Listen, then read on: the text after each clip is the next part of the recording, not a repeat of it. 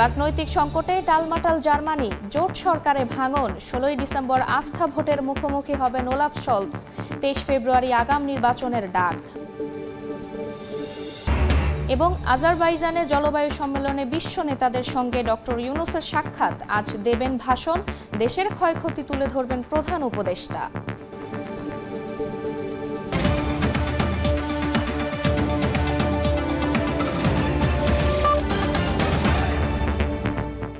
আন্তর্জাতিক সময়ের সঙ্গে আছি আমি ফারজানা আক্তার। ইসরায়েলের হামলার পর এবার তেহরানে প্রতিরক্ষামূলক টানেল নির্মাণ করেছে ইরান। দেশটির বার্তা সংস্থা তাসনিম জানায়, শহরের কেন্দ্রের কাছে অবস্থিত টানেলটি তেহরান মেট্রোর একটি স্টেশনকে ইমাম খোমেনি হাসপাতালের সঙ্গে যুক্ত করবে। এতে হামলা হলে সরাসরি চিকিৎসা সুবিধা নিতে পারবে শহরের মানুষ। ইরানের এক কর্মকর্তা জানান, তেহরানে এটি প্রথম প্রতিরক্ষামূলক ব্যবস্থা সম্পন্ন টানেল। এর মাধ্যমে সহজেই বড় ধরনের হামলায় প্রাণহানি এড়ানো সম্ভব হবে বলে ধারণা বিশ্লেষকদের।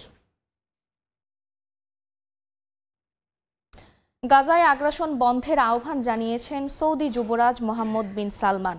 সৌদি আরবের রিয়াদে আরব ইসলামিক সম্মেলনে গাজা ও লেবানন ইস্যুতে আলোচনার সময় কথা বলেন তিনি। এছাড়াও গাজায় যুদ্ধ বন্ধ করে দ্রুত মানবিক সহায়তা বাড়ানোর জন্য জাতিসংঘের নিরাপত্তা পরিষদকে বাধ্যতামূলক প্রস্তাব পাশ করার আহ্বান জানান উপস্থিত আরব ও মুসলিম নেতারা। তাই এবছর আরব ইসলামিক সম্মেলনে আলোচ্য বিষয়গুলোর মধ্যে প্রাধান্য পেয়েছে গাজা ও লেবাননে ইসরায়েলি আগ্রাসন ইস্যু। স্থানীয় সময় সোমবার সৌদি আরবের রাজধানী রিয়াদে আয়োজিত সম্মেলনে গাজায় যুদ্ধ বন্ধ করে দ্রুত মানবিক সহায়তা বাড়ানোর জন্য জাতিসংঘের নিরাপত্তা পরিষদকে বাধ্যতামূলক প্রস্তাব পাশ করার আহ্বান জানান উপস্থিত আরব ও মুসলিম নেতারা। এদিকে সৌদি যুবরাজ মোহাম্মদ বিন সালমান বলেন, গাজায় গণহত্যা চালাচ্ছে ইসরায়েল। একই সঙ্গে গাজায় ইসরায়েলি আগ্রাসন বন্ধেরও দাবি জানান তিনি। আরব লীগ ও অর্গানাইজেশন অব ইসলামিক কোঅপারেশন ওআইসির শীর্ষ সম্মেলনের আগে দেওয়া ভাষণে তিনি একথা বলেন। ইরানের ভূখণ্ডে হামলার বিরুদ্ধে ইসরায়েলকে সতর্কও করেন তিনি। এছাড়া আরব দেশগুলোর জোট আরব লীগের মহাসচিব আহমেদ আবুল ঘেইতো গাজা এবং লেবাননে ইসরায়েলের সামরিক অভিযানের নিন্দা জানিয়েছেন। তিনি বলেন, গাজাবাসীর দুর্দশা বলে বোঝানোর মতো নয়। পাশাপাশি লেবাননের নিরাপত্তা, স্থিতিশীলতা এবং সার্বভৌমত্বের প্রতিও সমর্থন জানানো হয়। নাদিম মারজান, সময় সংবাদ। রাজনৈতিক সংকটে টালমাটাল ইউরোপের দেশ জার্মানি। 16 ডিসেম্বর চ্যান্সেলর ওলাফ শোলৎজকে মুখোমুখি হতে হবে আস্থা ভোটের। জোট সরকার ভাঙনের জেরে আগাম নির্বাচনের ডাক দিয়েছে বিরোধী রাজনৈতিক দলগুলো। আগামী 23 ফেব্রুয়ারি অনুষ্ঠিত হতে পারে নির্বাচন। আগাম ভোটের সিদ্ধান্তকে ইতিবাচকভাবে দেখছেন জার্মান নাগরিকরা। এটি দেশের জন্য কল্যাণ বয়ে আনবে বলে আশা তাদের। বিটু বড়ুয়ার রিপোর্টে বিস্তারিত। 2001 সালের নির্বাচনে জিতে ক্ষমতায় আসেন জার্মানির রাজনৈতিক দল সোশ্যাল ডেমোক্রেটিক পার্টির শীর্ষ নেতা ওলাফ শলৎজ। নির্বাচনে জয়ের পর ফ্রি ডেমোক্রেটিক পার্টি এবং গ্রিন পার্টি অব জার্মানি দুই দলকে সঙ্গে নিয়ে ত্রিদলীয় জোট সরকার গঠন করেন তিনি। তবে গত কয়েক মাস ধরে শরিক দল ফ্রি ডেমোক্রেটিক পার্টির সঙ্গে টানাপোড়েন চলছিল শলৎজের নেতৃত্বাধীন এসপিডির। এর জেরেই 7 নভেম্বর অর্থমন্ত্রী ও ফ্রি ডেমোক্রেটিক পার্টির প্রধান ক্রিশ্চিয়ান লিন্টনারকে পদচ্যুত করেন শলৎজ। এতেই শরিকদের ঐক্যে বড় আঘাত আসায় বিদায় ঘণ্টা বাজে শলৎজ প্রশাসনের। টালমাটাল অবস্থার মধ্যে আগামী বছরের 23 ফেব্রুয়ারি আগাম নির্বাচনের ডাক দিয়েছে দেশটির রাজনৈতিক দলগুলো। মেয়াদ শেষ হওয়ার 1 বছর আগেই জোট সরকারে ফাটল ধরায় এমন সিদ্ধান্ত নিয়েছে তারা। আগাম ভোটের এই ডাক জার্মানদের জন্য কল্যাণ বয়ে আনতে পারে বলে আশা দেশটির নাগরিকদের। আমার কাছে এটা বেশ যুক্তিসঙ্গত মনে হচ্ছে। এতে জনগণের আরো কল্যাণ হতে পারে। সবকিছু ঠিক থাকলে চলতি বছরের 16 ডিসেম্বর ওলাফ শলৎজকে মুখোমুখি হতে হবে আস্থা ভোটের। বিশ্লেষকরা বলছেন, যেহেতু এরই মধ্যে শলৎজের নেতৃত্বাধীন সরকার ভেঙে গেছে, তাই আস্থা ভোটের ফলাফল তার জন্য ইতিবাচক নাও হতে পারে। জার্মানি থেকে বিটু বড়ুয়া, সময় সংবাদ। আন্তর্জাতিক সময়ে আরও থাকছে। রাশিয়া উত্তর কোরিয়া শক্তিশালী প্রতিরক্ষা চুক্তি সই। এক দেশে হামলা হলে সহায়তা করবে অপর রাষ্ট্র। ইউক্রেন যুদ্ধে পিয়ংইয়ংয়ের মদদ স্পষ্ট মত বিশ্লেষকদের।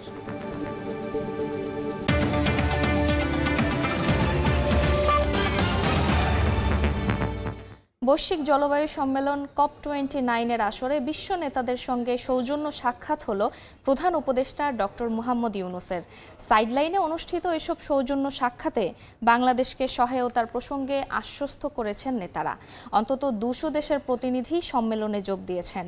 আজ আনুষ্ঠানিক বক্তব্য দেওয়ার কথা ডক্টর ইউনূসের।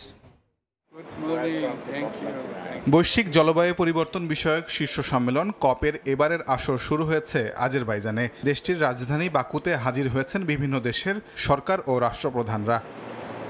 এবারের আয়োজনে বাংলাদেশের প্রতিনিধিত্ব করছেন প্রধান উপদেষ্টা ডক্টর মোহাম্মদ ইউনূস। বাকু সফরের দ্বিতীয় দিন সম্মেলন স্থলে তার সাক্ষাৎ হয় বিশ্ব নেতাদের সঙ্গে। সম্মেলনের শুরুতেই COP29 সম্মেলনের সভাপতি ও আজেরবাইজানের প্রেসিডেন্ট ইলহাম আলিয়েভ ও জাতিসংঘের মহাসচিব অ্যান্তনিও গুতেরেসের সঙ্গে কুশল বিনিময় করেন অধ্যাপক ইউনূস। এছাড়াও অন্তত 20 জন বিশ্বনেতা এবং আন্তর্জাতিক সংস্থার প্রধানদের সঙ্গেও দেখা হয় প্রধান উপদেষ্টার। এছাড়া সম্মেলনের ফাঁকে তুরস্কের প্রেসিডেন্ট রিসেপ তাইয়েব এরদোয়ান ও ফার্স্ট লেডির সঙ্গে সাক্ষাৎ হয় অধ্যাপক ইউনূসের। এ সময় তাকে তুরস্ক সফরের আমন্ত্রণ জানান দেশটির প্রেসিডেন্ট। পাশাপাশি সংযুক্ত আরব আমিরাত ও মালদ্বীপের প্রেসিডেন্ট এবং ইরানের ভাইস প্রেসিডেন্ট সহ বিভিন্ন দেশের রাষ্ট্র ও সরকার প্রধানদের সঙ্গে সৌজন্য সাক্ষাৎ হয় প্রধান উপদেষ্টার। সংস্কার ও সমৃদ্ধ দেশ গড়ায় বাংলাদেশের পাশে থাকার আশ্বাস দিয়েছেন বিশ্ব নেতারা। এদিকে ডক্টর ইউনূসের নেতৃত্বে বাংলাদেশের উন্নয়নের বিষয়ে আশাবাদী বলে সৌজন্য সাক্ষাতে জানান আল আজহার বিশ্ববিদ্যালয়ের গ্র্যান্ড ইমাম ডক্টর আহমেদ আল তাইয়েব। বুধবার জলবায়ু সম্মেলনে আনুষ্ঠানিক ভাষণ দেবেন ডক্টর ইউনূস। জলবায়ু পরিবর্তনে বাংলাদেশের ক্ষতির বিষয়টি বিশ্ববাসীর কাছে তিনি তুলে ধরবেন বলে জানিয়েছেন প্রধান উপদেষ্টার প্রেস সচিব। উনি বলেছেন আমরা যদি রিনিউয়েবলে সুইচ করি, আমরা যদি নতুন একটা সাস্টেনেবল লাইফ স্টাইলে যাই এবং আমরা যদি সবাই এন্টারপ্রেনারশিপে জোর দেই, অবশ্যই আমরা নতুন একটা সিভিলাইজেশন করতে পারবো। এবারের সম্মেলনে জলবায়ু সংকট মোকাবেলায় প্রায় 200 দেশের শীর্ষ নেতা ও প্রতিনিধিরা অংশ নিয়েছেন। তাজওয়ার মাহমুদ, সময় সংবাদ, ঢাকা। জলবায়ু সংকট মানুষই সৃষ্টি করছে উল্লেখ করে পরিবেশ ধ্বংস করে এমন কাজ না করার আহ্বান জানিয়েছেন প্রধান উপদেষ্টা ডক্টর মুহাম্মদ ইউনূস। আজারবাইজানে 29তম COP সম্মেলনে অংশ নিয়ে এক অনুষ্ঠানে তিনি এই কথা বলেন। এ সময় পরিবেশ রক্ষায় সবাইকে এগিয়ে আসার আহ্বান জানান ডক্টর ইউনূস। জলবায়ু নিয়ে কাজ করা তরুণদের নিয়ে আয়োজিত এই সেশনে অধ্যাপক ইউনূস বিভিন্ন প্রশ্নের উত্তর দেন। অনুষ্ঠানে তিনি বলেন, তরুণরাই দেশের প্রধান শক্তি, তাদের সুযোগ দিলে দারুণভাবে বদলে দেবে দেশ। অনুষ্ঠানের এক পর্যায়ে প্রধান উপদেষ্টা আয়োজকদের হাতে জুলাই আগস্ট গণ অভ্যুত্থানের হত্যাকাণ্ডের প্রামাণ্য চিত্র নিয়ে তৈরি করা অ্যালবাম তুলে দেন। রাশিয়ার সঙ্গে শক্তিশালী প্রতিরক্ষা চুক্তি সই করেছে উত্তর কোরিয়া। চুক্তি অনুসারে এক দেশে সশস্ত্র হামলা হলে তাকে সেনা দিয়ে সহায়তা করবে অপর দেশ। দুই দেশের এমন চুক্তিতে রাশিয়া ইউক্রেন যুদ্ধে উত্তর কোরিয়ার সেনা ব্যবহারের বিষয়টি আরও স্পষ্ট হয়েছে বলে ধারণা বিশ্লেষকদের। সোমবার রাশিয়ার সঙ্গে শক্তিশালী প্রতিরক্ষা চুক্তি সই করেছে উত্তর কোরিয়া। চুক্তি অনুসারে দুই দেশের মধ্যে যদি কোনো একটি দেশে সশস্ত্র হামলা হয়, তাহলে এক দেশের সেনা অন্য দেশকে সহায়তা করবে। মঙ্গলবার পিয়ংইয়ংয়ের রাষ্ট্রীয় গণমাধ্যম KCN এর বরাত দিয়ে রয়টার্স জানায়, এরই মধ্যে ডিক্রি জারি করে রাশিয়ার সঙ্গে প্রতিরক্ষা চুক্তির অংশটি গ্রহণ করেছেন উত্তর কোরিয়ার সর্বোচ্চ নেতা কিম জং উন। রাশিয়ার পার্লামেন্টেও এই বিষয়ক বিলটি সর্বসম্মতিতে পাশ হয়েছে। এর আগে জুন মাসে রুশ প্রেসিডেন্ট ভ্লাদিমির পুতিন উত্তর কোরিয়া সফরে যান। তখনই পিয়ংইয়ংয়ের সঙ্গে সামরিক চুক্তি সই করে মস্কো। তবে এবার সামরিক চুক্তির বিষয়টি সামনে আসার পর কিম সেনাদের রাশিয়াকে সরাসরি সাহায্য করার বিষয়টি স্পষ্ট হয়েছে বলে ধারণা বিশ্লেষকদের। এছাড়াও এই চুক্তি দুই দেশের সম্পর্ক নিয়ে চলমান বিতর্ককে উস্কে দেবে বলে ধারণা অনেকের। অন্তরা সেন, সময় সংবাদ। আন্তর্জাতিক সময় আরও থাকছে। চীনের দক্ষিণাঞ্চলে শুরু আন্তর্জাতিক বিমান প্রদর্শনী চলবে 17 নভেম্বর পর্যন্ত। তুলে ধরা হবে সামরিক শক্তি ও অত্যাধুনিক প্রযুক্তি। বলিউড তারকা শাহরুখ খানকে হত্যার হুমকি দেওয়ার অভিযোগে এক আইনজীবীকে আটক করেছে পুলিশ। মঙ্গলবার ভারতীয় গণমাধ্যম NDTV এক প্রতিবেদনে এ তথ্য জানিয়েছে। অভিযুক্ত আইনজীবীর নাম মোহাম্মদ ফয়জান খান। গত 7 নভেম্বর ফোন করে শাহরুখ খানকে প্রাণনাশের হুমকি ও 50 লাখ রুপি চাঁদা দাবি করা হয়। তদন্তের পর পুলিশ জানতে পারে ছত্তিশগড়ের এক আইনজীবীর নম্বর এটি। পরে ফয়জানকে থানায় হাজির হবার নির্দেশ দেওয়া হলেও তা অমান্য করেন তিনি। পশ্চিমবঙ্গের জনপ্রিয় নাট্যকার ও অভিনেতা মনোজ মিত্র মারা গেছেন। মঙ্গলবার সকালে কলকাতার অদূরে সল্টলেকের এক বেসরকারি হাসপাতালে চিকিৎসাধীন অবস্থায় মৃত্যু হয় তার বয়স হয়েছিল ৮৬ বছর। মনোজ মিত্রের মৃত্যুতে পশ্চিমবঙ্গের সংস্কৃতি অঙ্গনে নেমে এসেছে গভীর শোকের ছায়া। মুখ্যমন্ত্রী মমতা বন্দ্যোপাধ্যায় শোক জানিয়েছেন। অভিনেতা মনোজ মিত্রের পরিবার সূত্রে জানা গেছে, বেশ কয়েক বছর ধরেই বার্ধক্যজনিত কারণে নানা শারীরিক সমস্যায় ভুগছিলেন। অভিনেতা হিসেবে জীবন শুরু করলেও পরে নাট্যকার হিসেবে বাঙালি দর্শকদের হৃদয়ে জায়গা করেন তিনি। চীনের দক্ষিণাঞ্চলের ঝুহাই শহরে শুরু হয়েছে আন্তর্জাতিক বিমান প্রদর্শনী। এটি চলবে আগামী 17 নভেম্বর পর্যন্ত। 6 দিন ব্যাপী এই প্রদর্শনীতে চীনের সামরিক শক্তি ও অত্যাধুনিক প্রযুক্তি তুলে ধরা হবে। এই আয়োজনটি স্থানীয় এবং আন্তর্জাতিক দর্শকদের আকর্ষণের কেন্দ্রবিন্দুতে রয়েছে। আকাশের রং ছড়িয়ে উড়ে যাচ্ছে যুদ্ধবিমান। বিমানের চমকপ্রদ কৌশল প্রদর্শন করে তাক লাগিয়ে দিচ্ছে দর্শনার্থীদের। এই চিত্র চীনা আন্তর্জাতিক বিমান ও মহাকাশ প্রদর্শনীর। প্রতিদিন 4 ঘন্টা করে চলবে মনোমুগ্ধকর এয়ার শো। এতে চীন এবং রাশিয়ার অত্যাধুনিক জেট ও স্টিল ফাইটারের উড়ান প্রদর্শিত হবে। জাঁকজমকপূর্ণভাবে শুরু হওয়া এই প্রদর্শনীতে অংশ নিয়েছে বিশ্বের 47টি দেশের 1022টি প্রতিষ্ঠান। এর মধ্যে রাশিয়া, ফ্রান্স, যুক্তরাষ্ট্র, সৌদি আরব এবং ইতালিও রয়েছে।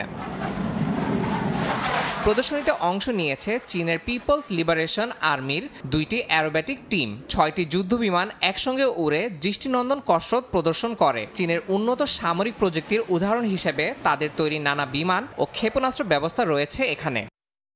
এবারের আয়োজনে আছে আরও কিছু উল্লেখযোগ্য প্রদর্শনী। প্রথমবারের মতো আনা চন্দ্রপৃষ্ঠের মাটির নমুনা, হাওলং স্পেস কার্গো শাটল এবং অর্কা নামে পরিচিত আনম্যান্ড কমব্যাট ভেসেল এবারের আয়োজনের অন্যতম আকর্ষণ। এই প্রদর্শনী বিশ্বের সামনে তুলে ধরেছে চীনের মহাকাশ ও সামরিক উন্নয়নকে।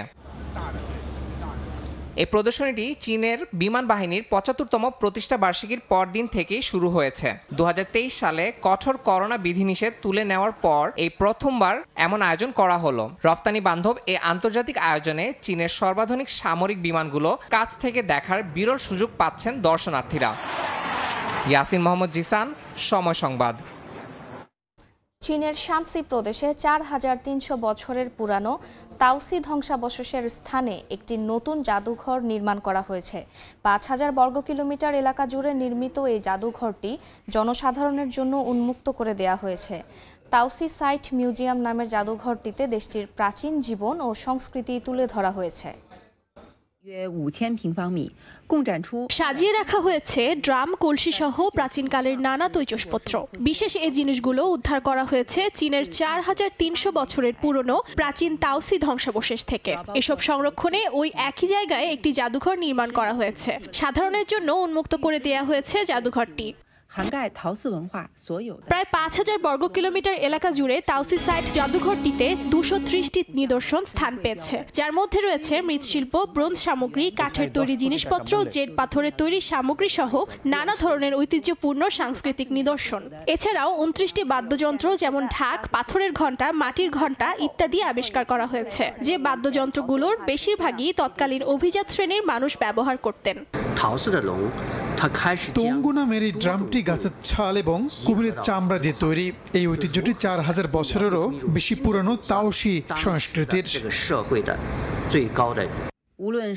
জাদুঘর ছাড়াও তাওসির প্রত্নতাত্ত্বিক, সাংস্কৃতিক ও সৃজনশীলতা পার্ক গড়ে তোলার উদ্যোগ নিচ্ছে চীনের স্থানীয় সরকার। সংশ্লিষ্ট কর্তৃপক্ষ জানায়, ঐতিহ্য ও সভ্যতা সুন্দরভাবে সংরক্ষণ করতে নেওয়া হয়েছে এই উদ্যোগ। অর্জিতা শেহজিন, সময় সংবাদ। 1000 গোলের মাইলফলক গড়া নিয়ে কোনো চাপ নিতে চান না ক্রিস্টিয়ানো রোনালদো। তার চেয়ে বরং যতদিন খেলছেন সেটা উপভোগ করতে চান CR7।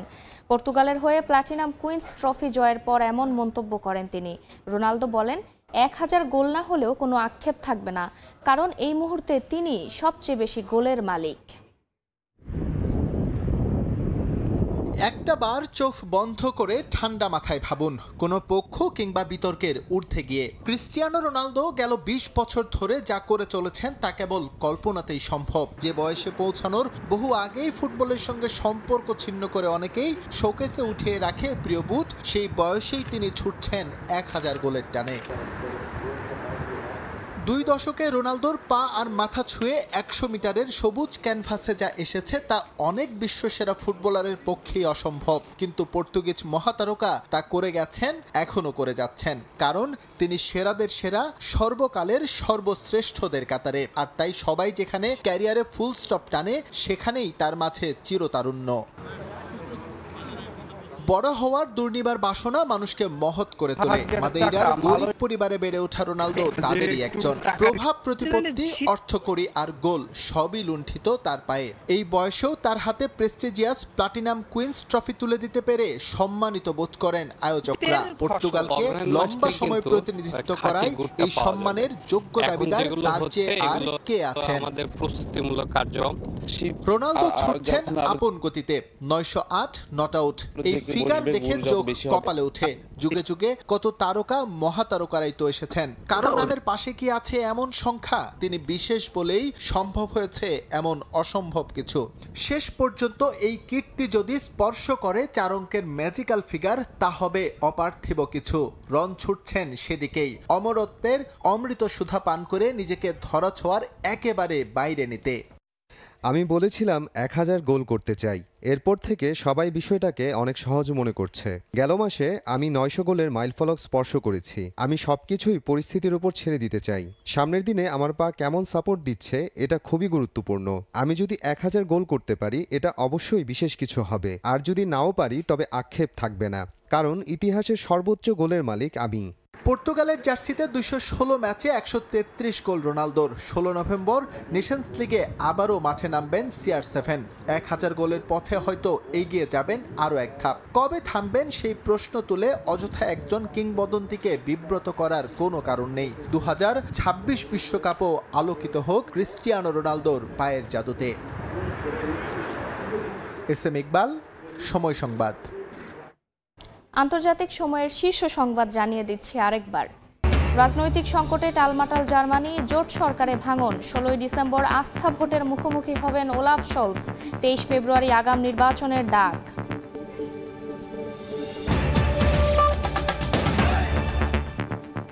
এই ছিল আন্তর্জাতিক সময়ের সঙ্গে থাকুন সময়ের।